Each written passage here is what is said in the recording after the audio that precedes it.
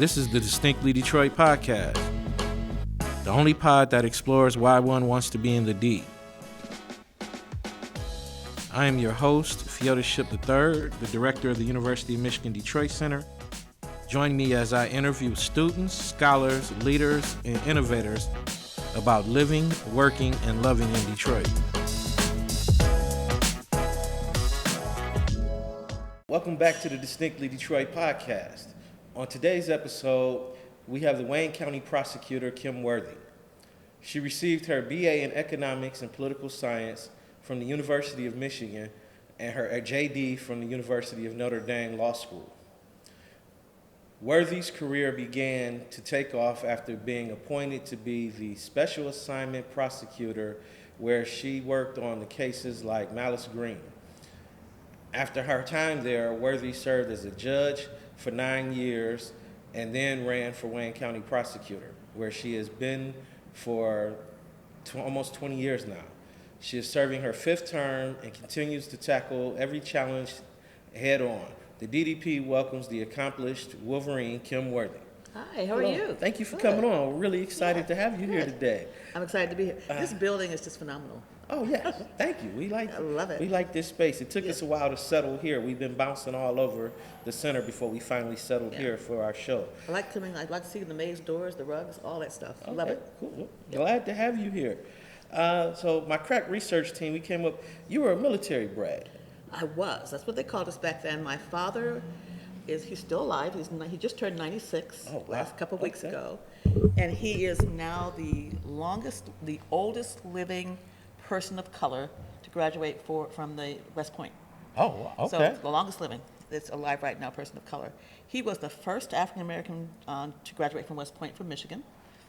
He was either the 20th, the 21st, or the 22nd, because there were 3 that graduated that year in 1953. So yes, I moved around all the time. I was born in Fort Sill, Oklahoma. Okay. I moved every 9 months to 2 years. I lived at Fort Leavenworth, Kansas. I lived in Fort Bliss, Texas. I lived in many other Army bases. I lived at Fort Sill more than once, other than when I was born. And then my father did 5 years at the Pentagon working for the Undersecretary of the Army. So we lived in Alexandria, Virginia at that time, where I went to the now famous high school from Remember the Titans. T.C. Williams Senior High School. They've changed the name now.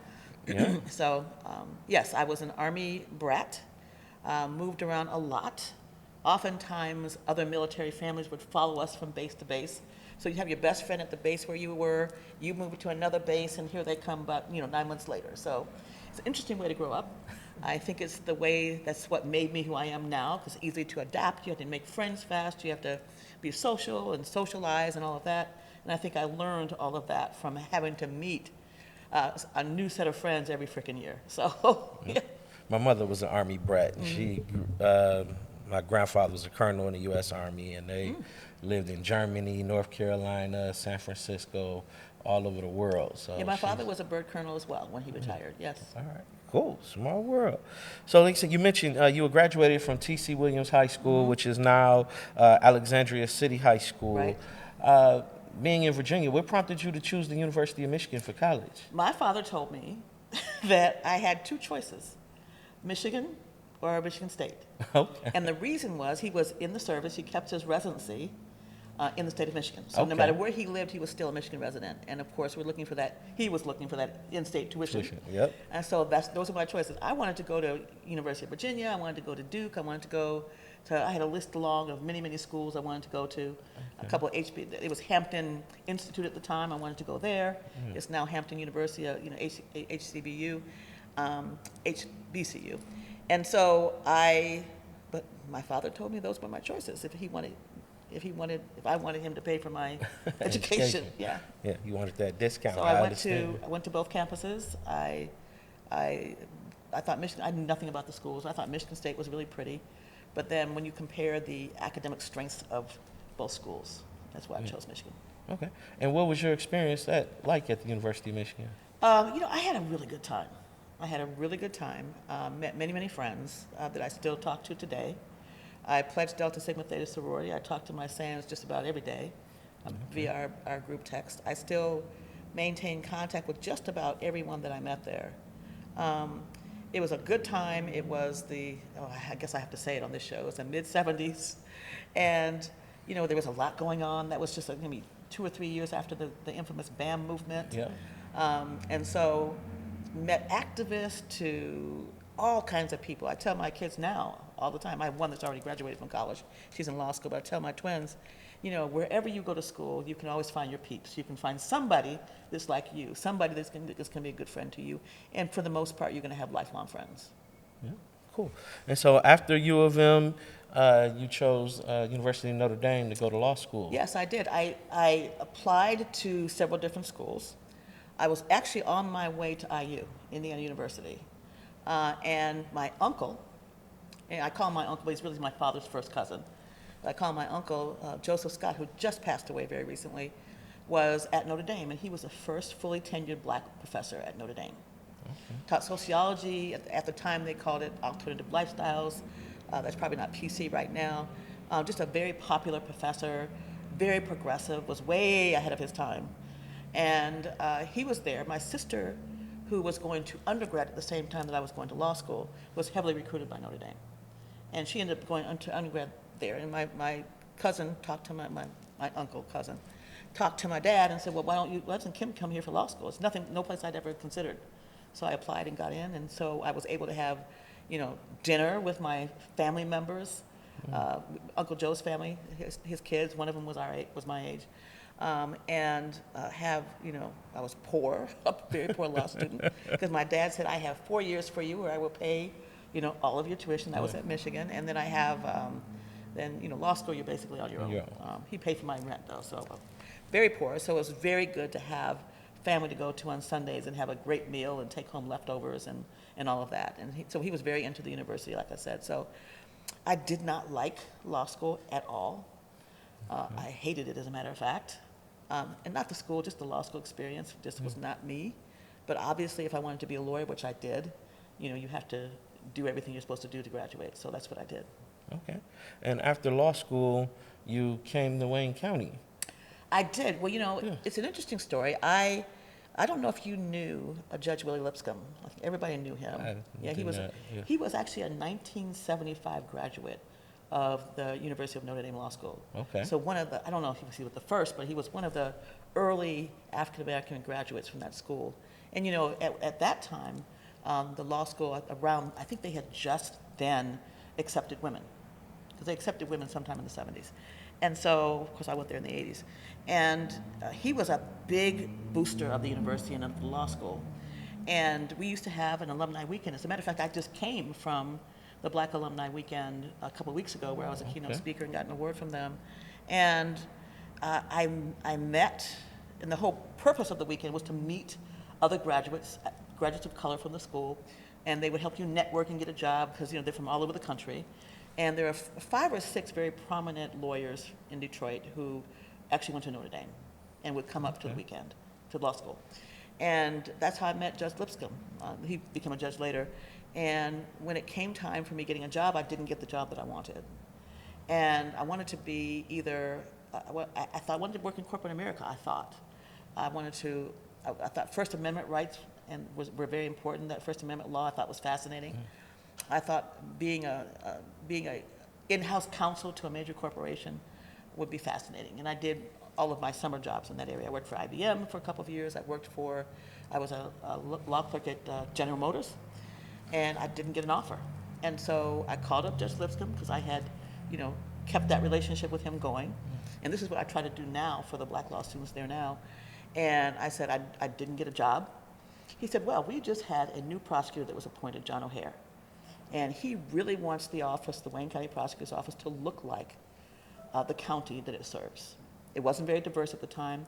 And at that time, as you can recall, back in the late 80s, you really didn't, mid to late 80s, you really didn't have African Americans who were prosecutors. It was kind of the last bastion of work for us. And so they actually flew me down, and I interviewed and got the job. And so that's how I started there. I had never wanted to be a prosecutor. As a matter of fact, when I was in trial advocacy at law school, where they teach you how to do trial work, they say, pick the side in this fictional case that you'll never be. And so I picked the prosecutorial side. I said, I'll never be a prosecutor. And I fell into it, got the job, really liked it, really found out I was very good at it. But the lesson that I learned is you can't be so stereotypical when you come to prosecutors. You know, after people of color want safe schools, safe churches, safe neighborhoods, just like anybody else does. And they need representation on the prosecutorial side as well as on the defense side. And even at that time, and even now, we have this still stands. Southeastern Michigan has the most judges of color, the most women than any other part of the United States.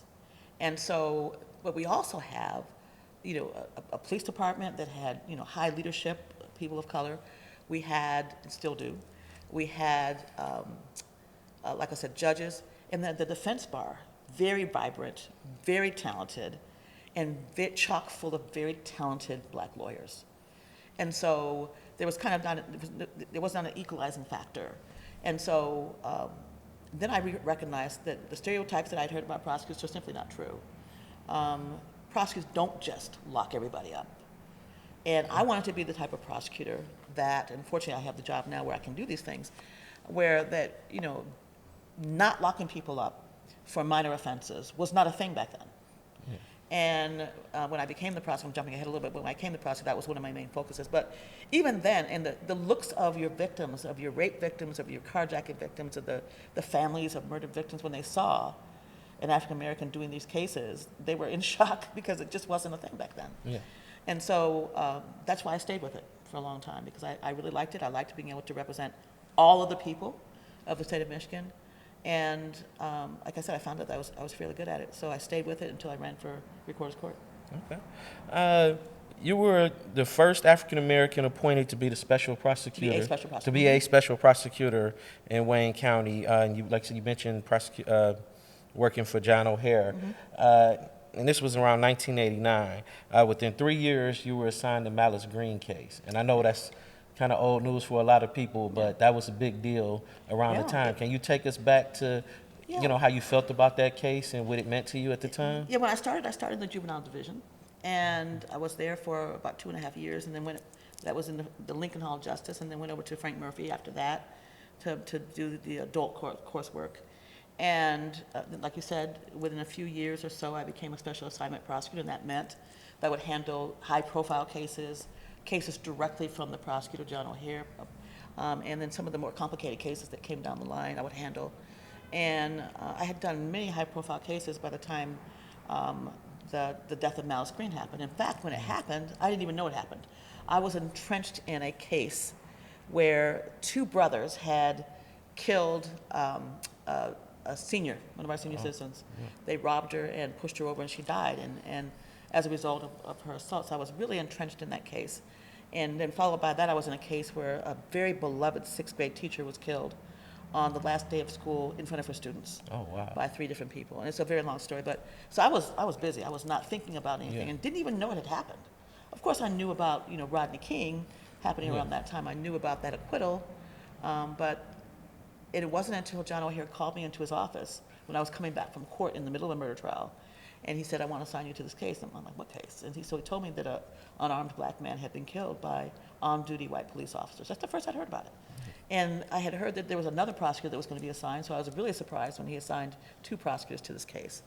And the rest kind of is history. I mean, we charged that case. John O'Hare was the quintessential person that was equal and fair and did the right thing, back then when it wasn't a popular thing to do. And he agreed with our recommendation to him that we charge these police officers. It was not a popular decision for him. Mm-hmm. In fact, he almost lost his next election because of this case. And we worked hard and prevailed. And that was before video, before cell phones. Nothing was on tape. Yeah. We had witnesses that, people, they'll never win with these cases. And they were, sex workers and people who were on the street. But they forgot one very important thing that I remembered. People who are in that particular bind, either they're doing what they have to do to survive, they're used to being hassled by anybody. So no defense cross-examination was going to rattle them. And I remembered that. And so we had 5 witnesses like that, along with 2 or 3, as you recall, EMS workers that came up on the scene after they were called and saw what the police were doing. And so it still stands as the first case where on-duty police officers were convicted of murder, the first one. And so the case became infamous because, it was a police brutality case. It hadn't been done before. But really what broke this wide open, and I give all credit to Don Barton, when he owned Barton Cablevision, which is now, Comcast or Infinity, and he broadcast the case free on television. And so everybody was able to watch that case and see what was going on. And what helped us is that everybody knew that we were taking it seriously. This wasn't just a case that we were charging for show. We were serious about making sure these police officers were brought to justice. And everybody saw it when they tuned into their televisions and watched it every day. And so I really think, had there not been a conviction, that this city would not have gone up in flames, because they saw how hard we fought for Malice Green and his death and his memory. Fortunately, that's not what happened. Fortunately, they convicted of murder in the 2nd degree as charged. We had 2 juries. I know you're very young too. 2 juries, one for Walter Budson and one for Larry Nevers. And they both one jury took 8 days to make a decision. Those were really hard 8 days. They were deliberating for 8 days, and the other jury took 9 days to deliberate. So nobody could say that they rushed the judgment or they made a quick decision. But they criticized that jury for one reason. It was because it was a majority black jury, but it wasn't an all-black jury. And so they said it was somehow, it had less value, or their verdict had less value because there were people of color on that jury, even though the jury was still very diverse. Well, let me jump in here right quick. One of the things that, as I recall, 'cause my mother was an attorney, and I remember her talking about it, one of the things that stood out in the Malice Green case versus the case in L.A. was they got the case moved out of L.A. You fought to keep it in Detroit. How were you able to keep it in Detroit? Yeah, we had Judge Crockett, George Crockett Jr., infamous judge, great judge. We couldn't have drawn a better judge. Fair, impartial, ran a tight ship. And he followed the law, and the law was, and still is, that you have to first try to seat a jury in the jurisdiction where it happened. You have to try. And if it becomes impossible to do so, that's when the jury is moved. I don't know what the law is in other states, but that's what it is here. You have to make that attempt to seat a fair jury, and we were able to do that. Okay. And Judge Crockett was fair. If we had not been able to find a fair-minded jury, for 2 juries actually, then he would have moved the case according to the case law. So that's why. We found jurors. Believe it or not, we had jurors who had never heard of the case. But we had jurors to the letter, for the most part, who said they could be fair. And just like any other jury that we pick and try. Okay. So you tried that case, big case in your career, won on behalf of the state. A lot of people, you say you don't think the city would have burned. A lot of people say you saved the city from burning. I heard that from a lot of years. You saved the city from burning by getting a conviction. When did you decide that you wanted to become a judge? You have different thoughts in your head as you're growing up, and I'm the first lawyer in my family, and still we don't have very many lawyers in my family, not very many at all. But I always knew from a very young age I wanted to be a lawyer. I don't know why. No one in my family was one. I didn't know any lawyers. It's just something I knew I wanted to do, and so that's what I did, and so I just knew that's what I wanted to do. Like I said before, I didn't know I wanted to be a prosecutor, but I knew I wanted to be a judge, to be a lawyer. By the same token, I knew that one day I wanted to be a judge as well. And a lot of people I think feel that way. So a lot of young law students feel that way. And at the time, I wanted to be a juvenile judge. I wanted to be a juvenile and preside over juvenile cases. And so when I did Malice Green, I took advantage of a situation. My name was out there. I thought it was a ripe time for me to try this. If I didn't make it, I'd just go back to the prosecutor's office where I loved working. And so I thought that I could do a good job. I thought that I was more than qualified. I had spent the last 6 years of my assistant prosecutorial career doing homicides. So obviously I knew how to try a case and did very well in my cases. And so I thought I was qualified to run for judge. And at the time, as you recall, it was Detroit Recorder's Court. And Detroit Recorder's Court, for some listening, because it's been gone for a long time, since 1997, was the court that had exclusive criminal jurisdiction over the city of Detroit. So for the rest of the 42 cities in Wayne County, cities, townships, municipalities, they used the Wayne County Circuit Court.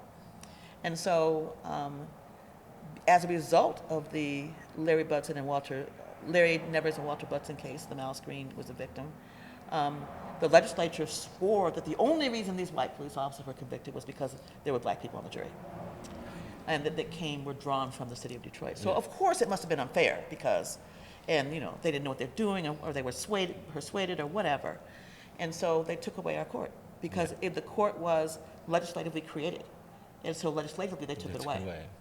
And so that was I still remember October 1st, 1997, where we had T-shirts made with the death of the court, which was a very good court with excellent judges. And we were all grandfathered into the Wayne County Circuit Court. Okay. And when did you They actually took away the court. Yeah, no, I remember. Yeah, thus began the systematic attack on Recorder's Court. After you were a judge for a while, what made you make the decision to run for Wayne County Prosecutor? I thought I was the most qualified person to do the job. Okay. I had been on the bench for almost 9 years, presiding over thousands of cases. My experience as a prosecutor, actually doing the work. You have a lot of judges on benches across this country now, including here, who have never even tried cases. And so I knew what I was doing. I knew what it was like to stand in that pit and try a case. Not like the stereotype of kind of academics are, that they have never tried or done whatever that they're teaching. And I don't think that's true. I think we have many academics that have actually been in the field as well, especially those that do research and are right out there with the students.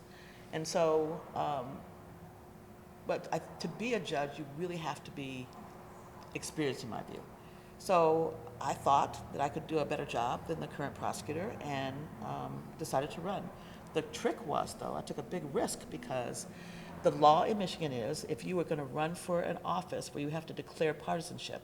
In other words, if you're a judge and you have to run, you're going to run for an office where you have to say you're a Democrat or you're a Republican, then you have to step down off the bench 1 year prior to the election. Okay. So you had to quit your job, and that's what I did.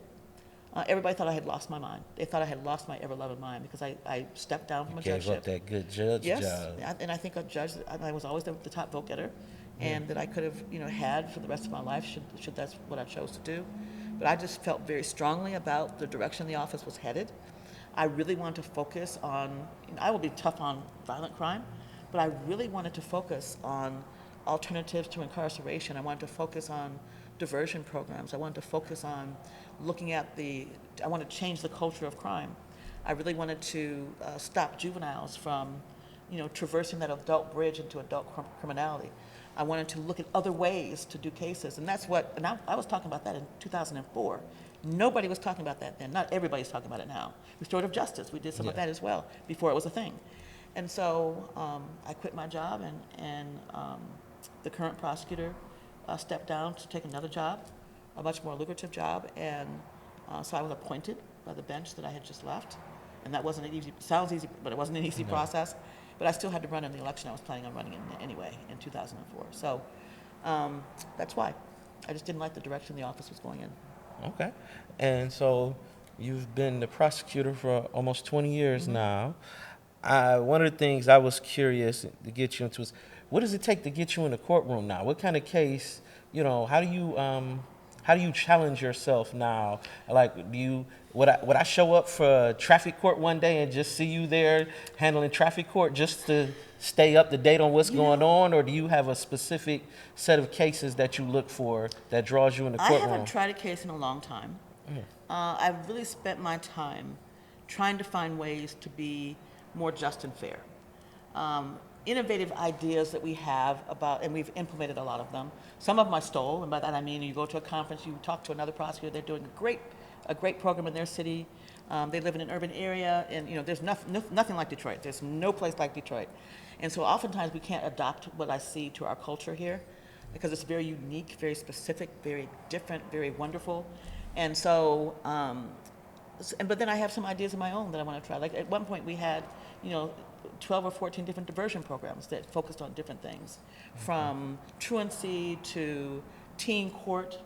to juvenile a young offender program, to a young domestic violence offender program, to all kinds of things. And what we focused on was, if they were found responsible, we focused on services, and especially in the juvenile court, and services to try to make them appreciate and understand what they had done, so they don't then go out and be a bigger, better, older criminal. And so I really spent a lot of time, and I really also wanted to do, prosecutors have enormous power. And I really wanted to make sure that anyone who worked with me understood that we don't just charge any case. We are not the rubber stamp for the police. We will charge a case. Sometimes we don't charge cases even if we feel the person is guilty. But if we can't prove that case beyond a reasonable doubt, we don't charge it. We are unapologetic about sending a case back to the police agency that bring, this can be a good case. This can be a case that we may be able to charge, but we need additional information. We need additional investigation. We need the forensics. We need many things to make it right. And on the other end of the spectrum, if we find out that a mistake has been made, we are not afraid to overturn that. We're not afraid to dismiss that case. And even if there's been a conviction in a case, we're not afraid to release that person from prison if we find either that they didn't do it or that their trial was so grossly unfair that they didn't get a fair trial, even if we believe they're guilty. So when you have that kind of mindset, you have to really focus on those initiatives. And we have a laundriness of things that we have done and we continue to do. And there's still things I want to try to do after this next election. You touched upon this a little bit. I'm curious. There's been a lot of attacks on prosecutors around the country, challenging. Some justified, yeah. But just wanted to get a sense of what are you doing right here in Detroit to where they're not coming after you, or if they are coming after you, what are the challenges you're seeing? I would like to think, I don't think this is true, but I would like to think that, because I had a challenge in the last election from a person that called themselves a progressive, would have been a progressive, and when you looked at the two things that we wanted to do, we had already done most of the things that she wanted to do. We had diverted over 18,000 people from the criminal justice system with our program. Okay. So it's 18,000 people that weren't charged with a crime because we diverted them and found other ways to deal with their criminality. We do not charge everything that walks in the door. We charge probably about 2/3 of the cases that the police bring us. And some of them most of them were just not enough evidence. We have some cases, of course, where the witnesses don't want to cooperate anymore. We have some cases, very few, that they bring us where we just know it's the wrong person off the bat. And so, but we really take time to make those decisions. And along with our diversion programs, we really focus on juvenile crime, and like I said before, trying to get to the root causes and try to keep them from traversing that bridge to adult criminality. We had the rape kits that we dove head into. We found back in 2009, not we, but they were found 11,341 rape kits, and guess what? 86.3 of those women were women of color. Yeah. And so, not just because of that, but because we felt that they deserved justice. Some of those kits had sat on the shelves for 20 years, 30 years, 5 years, 10 years, where these women really were a hostage to justice. They weren't getting the justice that they deserved. I say all the time, and I'll say it here, if you are blonde-haired and blue-eyed, your rape gets solved. Your life seems to have more value. Yeah. And everybody knows that's true. Not a lot of people will say it, but everybody knows it's true. You have cases where white women are missing, and the whole country goes into overdrive to find them or find the person responsible. If a black woman similarly situated, sometimes you don't even hear about those cases. Yeah. And so, and not just because of that, because I feel that I represent all of the people of the state of Michigan, regardless of their ethnicity, regardless of what God they serve, regardless of who they worship, regardless of whether they're gay or straight or bisexual or transgender, because we have a special program for that too. Regardless of their sexual identity or orientation, regardless of whether they're male or female or non-binary, I represent everybody. And people may not like that, regardless of whether you're down on your luck and you are selling yourself on the street, because that's the survival sex work. I represent you too. And so, and I represent people who are very muddied. And so this is one of the most diverse counties in the country, outside of LA and New York. And so, and we represent everybody, and I take that very seriously. So we have developed programs along the way that really touches just about everybody that we have represented in Wayne County. So there's still a few things that I want to do, probably 3 or 4 programs I still want to institute, and I'm going to get it done. So because I'm willing to think like that, because my office, every bend and turn that we can do, because I brought a CIU, a Conviction Integrity Unit here, the first in the state, and it wasn't just one for show. The person I hired to direct that unit, Valerie Newman, stepped up, got going right away, and there have either been 32 men that have either been exonerated or we gave new trials to. Okay. That are now out here. And taking that a step further, and these are just some of the things that I've done that were in my record, that some of these young men wanted to go to college and they couldn't go to college because they were wrongfully convicted. And so I started going around to the colleges and universities in our area, landed on Wayne State, talked to Dr. Wilson, who was the president of Wayne State at that time, and Cheryl Kubiak, who was the head of the sociology department, or social work department, and gave them what my idea was. I had a benefactor, Gary Torgo, who said he would give the Wayne State University $150,000. He would seed that if they would support letting our exonerees go to college for free. Okay. And so, and that's not just going to college; it's supporting them. Yeah. Transportation, housing, academic support, and we have Ken Nixon. I always use him for an example. One of our exonerees, and he. I don't know where his grade point is now, but the first 2 years he went there, he had a 3.6 average. Okay. And even those who were not ready for college, maybe they didn't graduate from high school, they go to a community college, and if they do well at this community college, Wayne State has said we will admit them if they do well at community college because they weren't quite ready for a 4-year university. So those are the things we think about, in addition to being very, very tough on violent crime, being very serious about child abuse, elder abuse, homicides. And we brought in innovative ways to prosecute homicides. We created an elder abuse unit that had never been in Wayne County, where we focus on crimes that are done to our seniors. And they may have dementia or Alzheimer's, or they've been fleeced financially. Most of our cases are financial fleeces by people that they know. And then we specially train prosecutors to do that. So just a lot of innovation. And I think that's why we've been successful. And that's why even when we had a progressive candidate running against me that was very moneyed, by the way, to the tune of, I don't know how much, but a lot of money, at least $1 million. And we didn't have that kind of money. I beat her almost 3-1. So I've been around for a long time. I had a track record, and I think that's what did it. Okay. Well, another question I have for you that I was really interested in, just to get your perspective, is what do you see as the future of crime? I mean, we're seeing all this stuff with digital crime and things of that nature, but how are you seeing criminals or crime evolve, and how are you trying to stay ahead of it? When I was trying cases back when I was an assistant prosecutor under John O'Hare, we didn't have the internet. We didn't have social media. We didn't have many of the things that are distractors to young people now. We didn't have cameras on the street, ring camera, dash camera, body cameras, and all those are good things to help us get to the truth. But it's very, very hard to grow up now. It's very, very hard to prosecute with all of this technology. I endorse it because, like I said, anything that's going to help us get to the truth, like a camera, a body camera, but it's a lot of work. Years back, if you have a case, perhaps there was a search warrant and drug was discovered in the search warrant, you had the police reports, and you look at the police reports, and maybe it took you 20 minutes to issue that case, if it should be issued at all.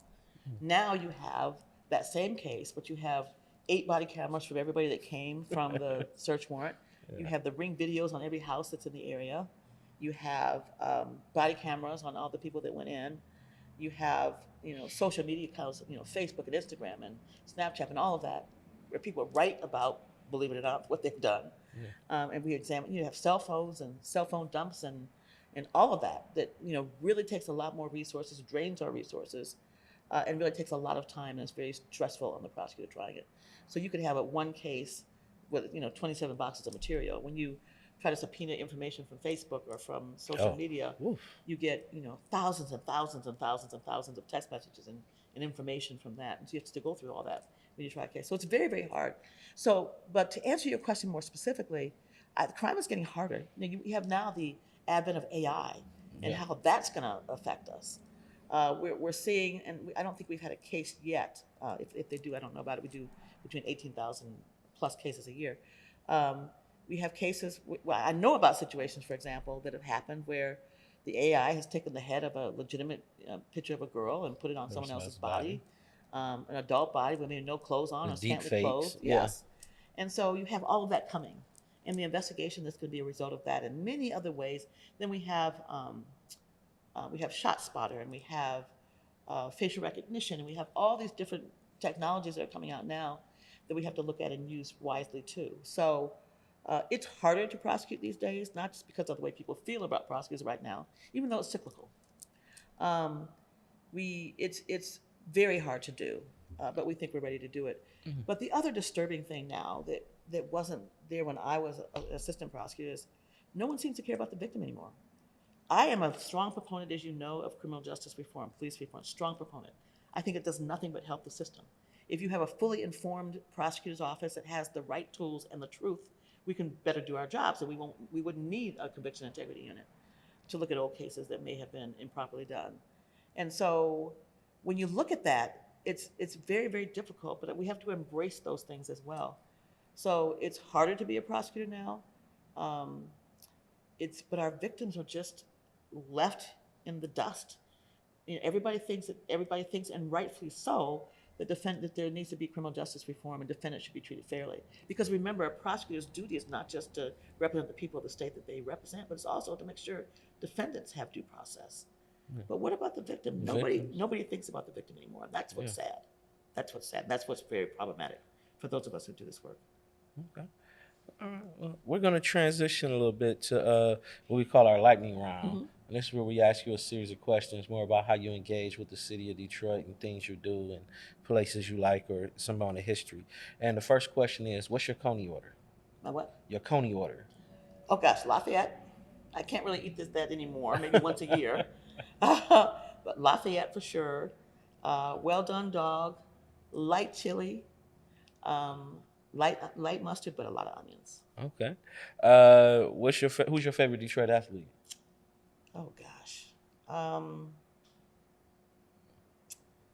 I would say my favorite Detroit or Southeastern Michigan. So we can't count the Wolverines. Okay, Wolverines of course, but gosh, there's so many of them.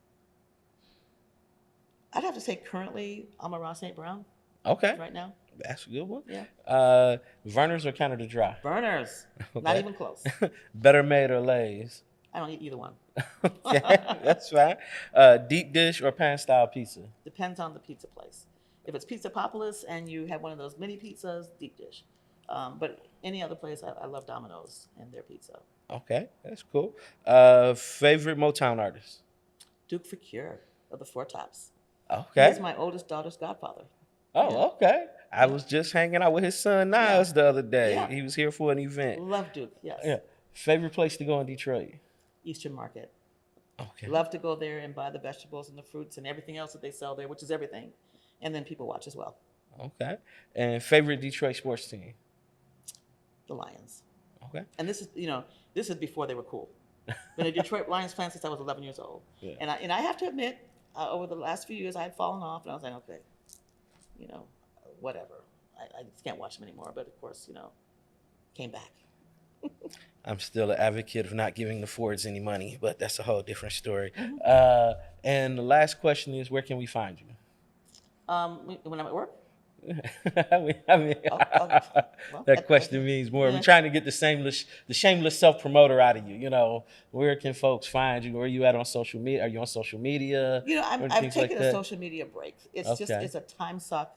Yeah. I think social media is kind of evil for young people. I think they get sucked into things that they can't understand. And I have 15-year-old twin girls as well as my 26-year-old who's in law school. And it's just, getting them to understand it's 2 hours a day is enough, but it's not like they're always on their phones. And so I think it's evil. I really do. If you can, as long as you're young, you get old enough to discern and make your decisions, and you can, you can't skip work and stay on social media, things like that. I'm over 50, so I must say, Facebook is I hate to say it, Facebook is my by typical choice because Yeah. people my age are on Facebook. Yeah. But I had to take a Facebook break and I took a social media break because it was just too much. And I just got, I can only imagine what's in your DMs. it's just too much. And I haven't been on Facebook for about 2 years. I'm going back now. I have Okay. an election coming up, but I'm going back now, slowly. Okay. Yeah. And you are running again. I am. Okay.